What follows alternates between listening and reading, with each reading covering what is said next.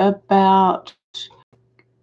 Hi, today in this video I'm Kate from Temple Yoga. I help people create new healthy habits, particularly around alcohol or drinking, but also some of the principles that I use in working with alcohol can be applied to any habit.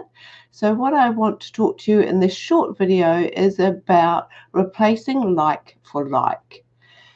So if you can think of a habit that has snuck into your life, which they often do unconsciously, but you're identifying that it's a habit that you no longer want, that it no longer serves you, or in fact it's having a negative effect in your life.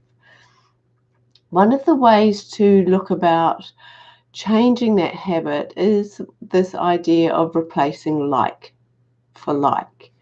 What I mean by that is to step back and take a non-judgmental, through the lens of love, look at the habit that you've got. Say, as an example, I would use, recently I realized that I was watching more Netflix than I actually wanted to do. It was making me feel quite crappy the next day often, and by the time I finished, I felt dull. I had kind of a mild headache, and it was like, I don't want to be doing this, but I was.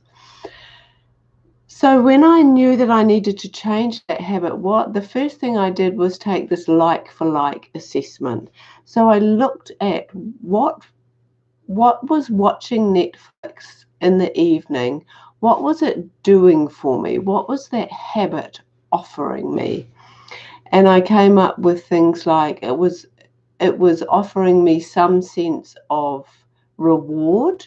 It was offering me some sense of easy, like I didn't have to do anything. It was a habit that required very, very little effort. And it offered me some sense of entertainment, of receiving something. And then I also looked at a really important thing is to look at, so how much effort did it take from me, this habit? How high on a sort of 1 to 10 of energy output was it? And it was really low. It's like a 1.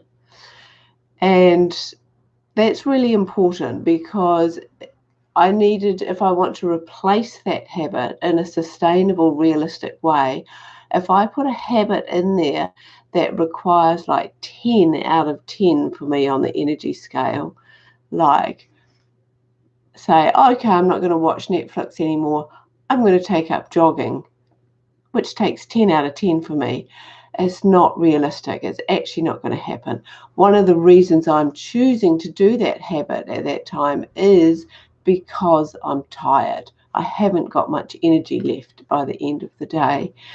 So I then need to look at, well, what could I replace instead of Netflix? What options do I have that will give me some of the same results or feelings from Netflix and not take much energy either, because I'm low down on the scale?